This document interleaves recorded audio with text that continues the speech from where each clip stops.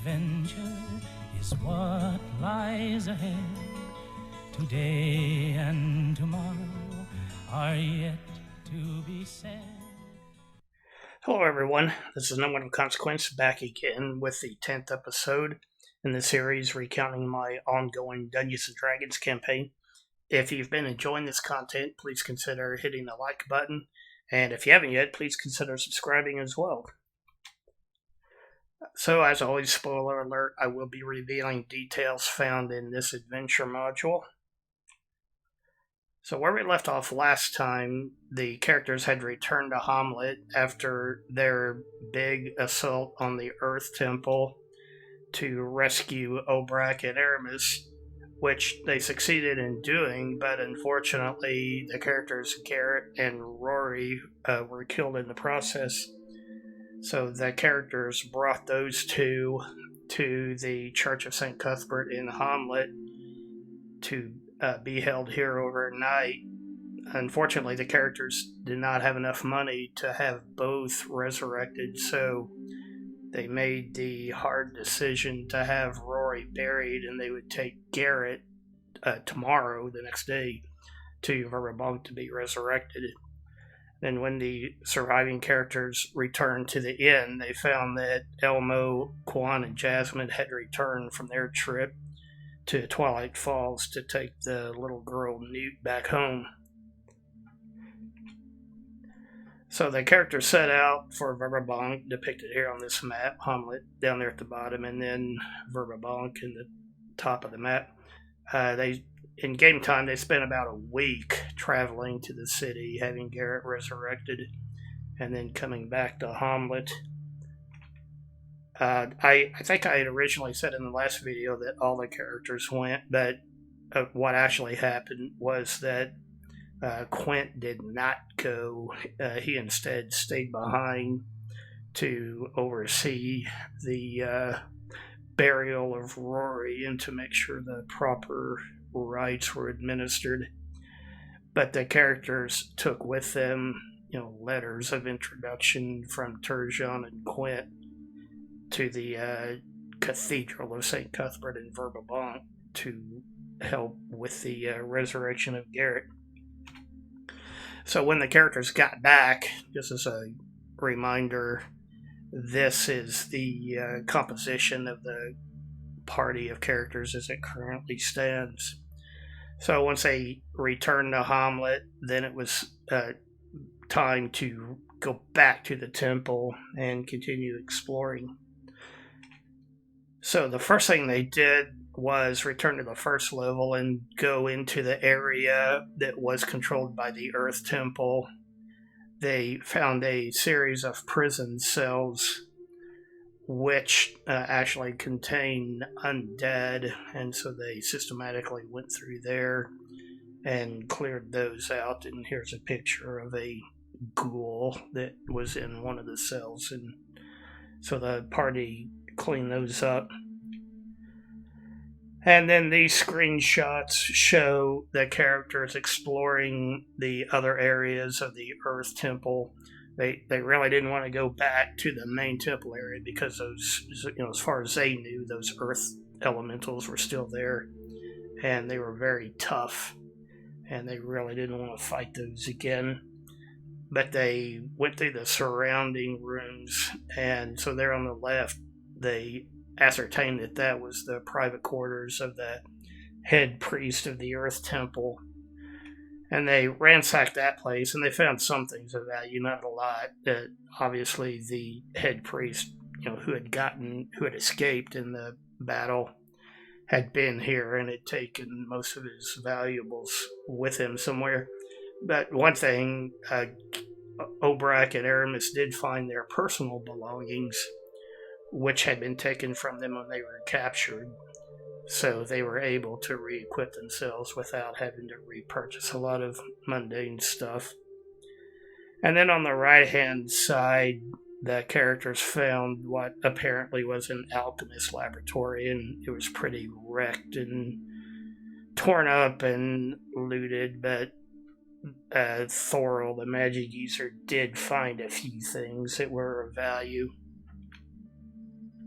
So in these scenes, the characters found like a mausoleum area where a bunch of coffins were located, and so they were checking those out. And you can see there on the left, I've renamed Quint Captain Obvious, and I have no idea why I did that. Obviously, the player had said something, and so I tagged him with that name.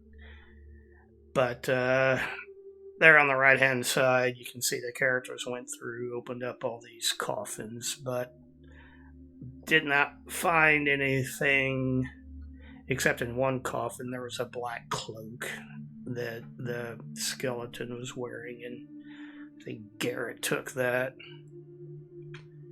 And then finally, the characters found another room that was apparently for casting fortunes or foretelling the future or whatever.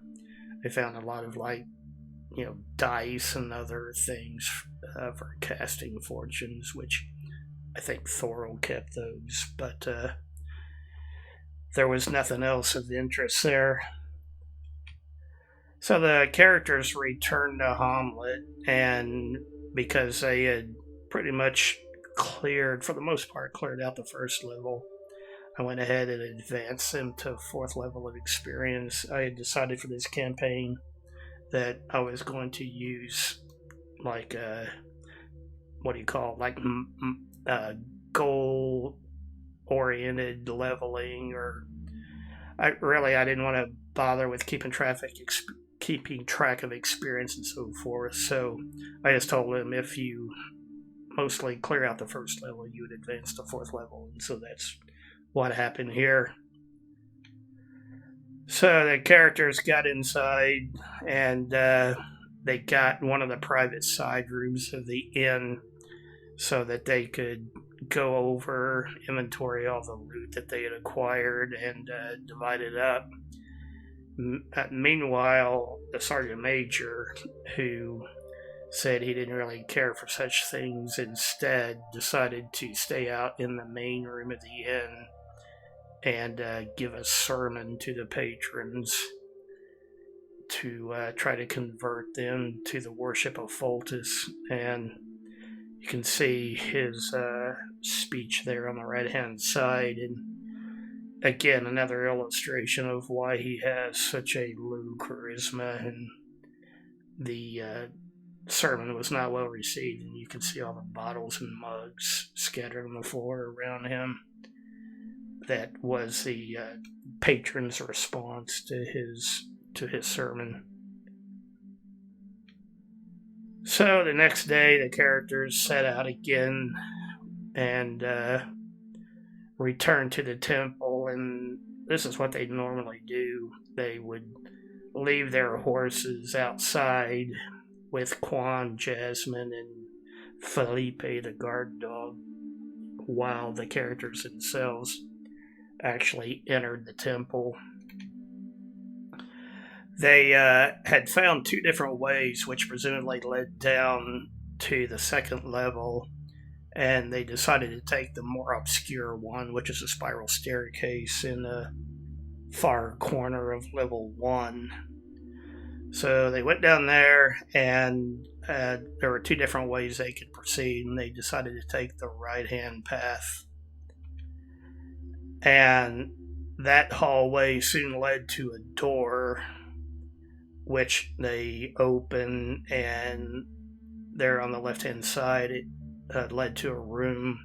And there was no one here, but there were lots of clothing, lots of different outfits, all the way from like a peasant clothing all the way to a minor noble. Clearly, it was intended for disguises, is the impression that Garrett the thief got, and this was the holding place for all the costumes, if you will, that someone could have access to. So down there on the left-hand screenshot, in the very bottom right-hand corner, you see Aramis standing in front of a curtain, and he looked behind it and immediately got fired at with a crossbow from a door that was hidden behind the curtain, and the door had like a barred window in it, and as soon as he pulled the curtain back, he was shot at. And so on the right hand screenshot, you see the characters have opened that door. It was heavily barred. Thorol ended up having to cast a knock spell so they could get in, and Aramis went charging in, and there was another curtain. You can see he's facing it, and when he tore that curtain down, several more crossbow bolts were fired at him, some of which hit, so he started taking damage. In this screenshot, you can see that characters have advanced in and are fighting with these guys. These guys are wearing all black. They don't seem to be associated with any elemental faction, so they're not really sure who these guys are aligned with. But obviously they fought with him anyway. The main problem here is it was really small rooms, and so the characters had trouble, positioning themselves so that they could bring maximum offensive power to bear on these guys. In this screenshot, you see Obrak and Aramis standing side by side, and each of the two guards that they were fighting scored a critical hit. You can see the 220s that I rolled. The result for Obrak was he didn't take any special damage, but Aramis took some significant damage. And you see Quint and the Sergeant Major standing behind him, and they both ended up having to cast a Cure Light Wound spell on Aramis so that he didn't get down too much on hit points. So the characters eventually cleared those guys out, started sweeping the area.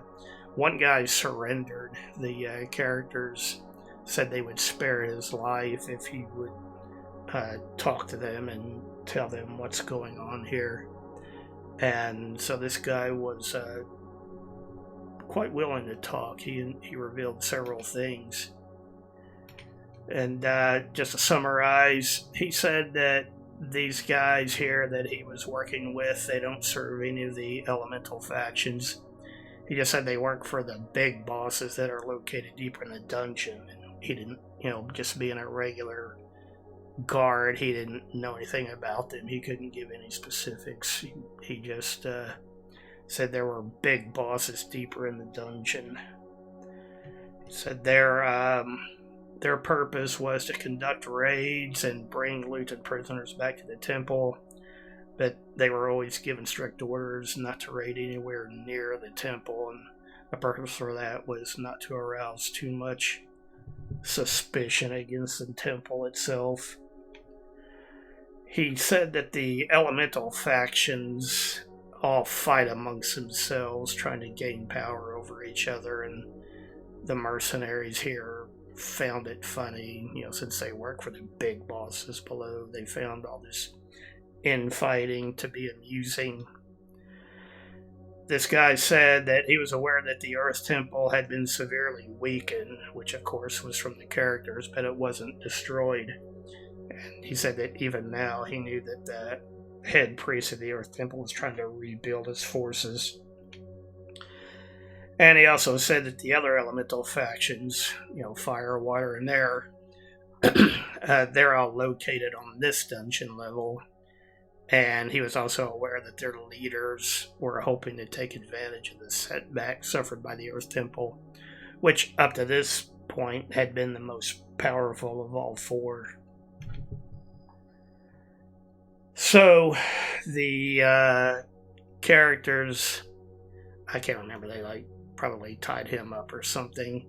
He also told them that down in the very bottom corner, down in the bottom left-hand corner, there was a secret door, which the characters were not originally aware of, and this guy told them that there would be more forces beyond that, including his boss, the leader that he worked for that did answer to the big bosses down below.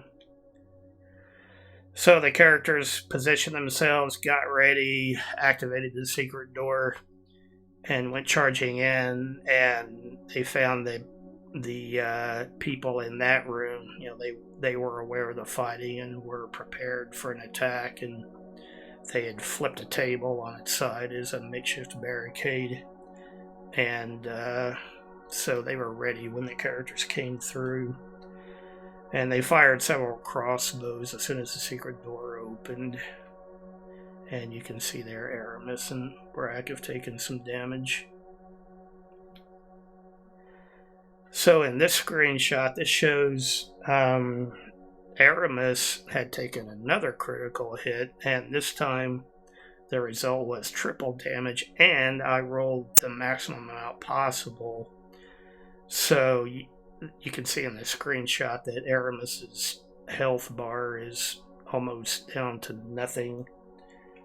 And meanwhile, old Brack had moved further into the room, which cleared up space, and the Sergeant Major and Quint followed in to help with the fighting.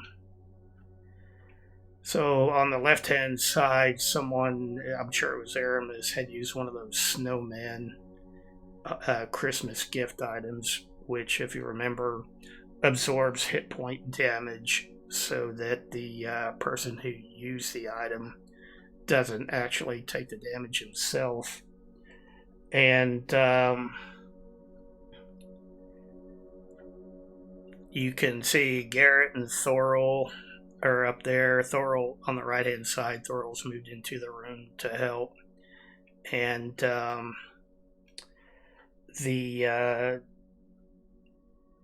I can't remember if Aramis used a healing potion or somebody cast a spell on him, but he's got a little more health back.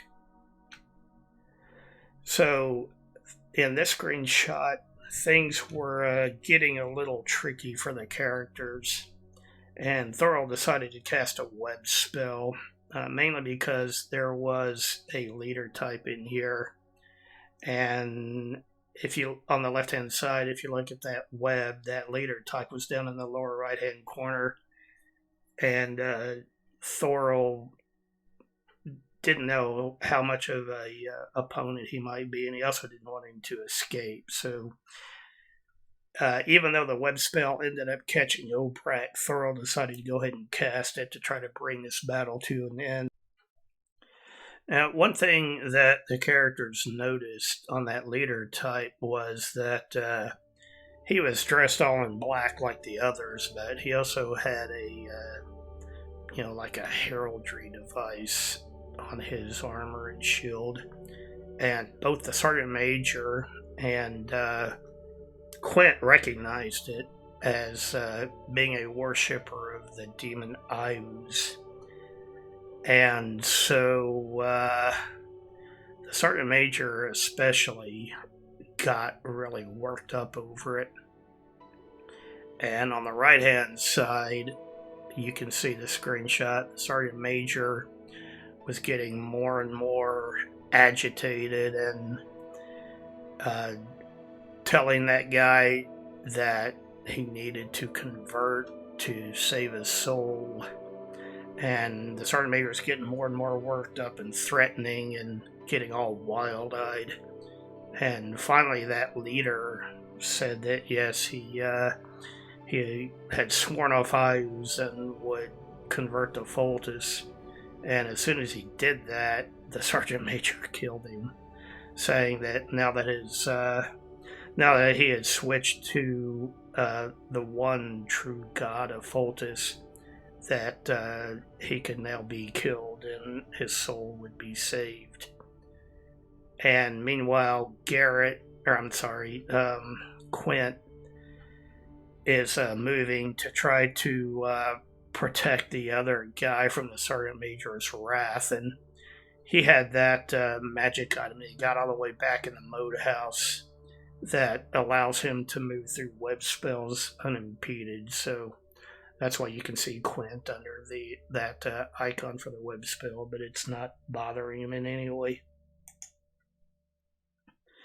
So in this scene, the characters had a total of 3 prisoners. The guy on the left, and he has a name assigned to him probably when the characters were first interrogating him. They insisted that I tell them the guy's name.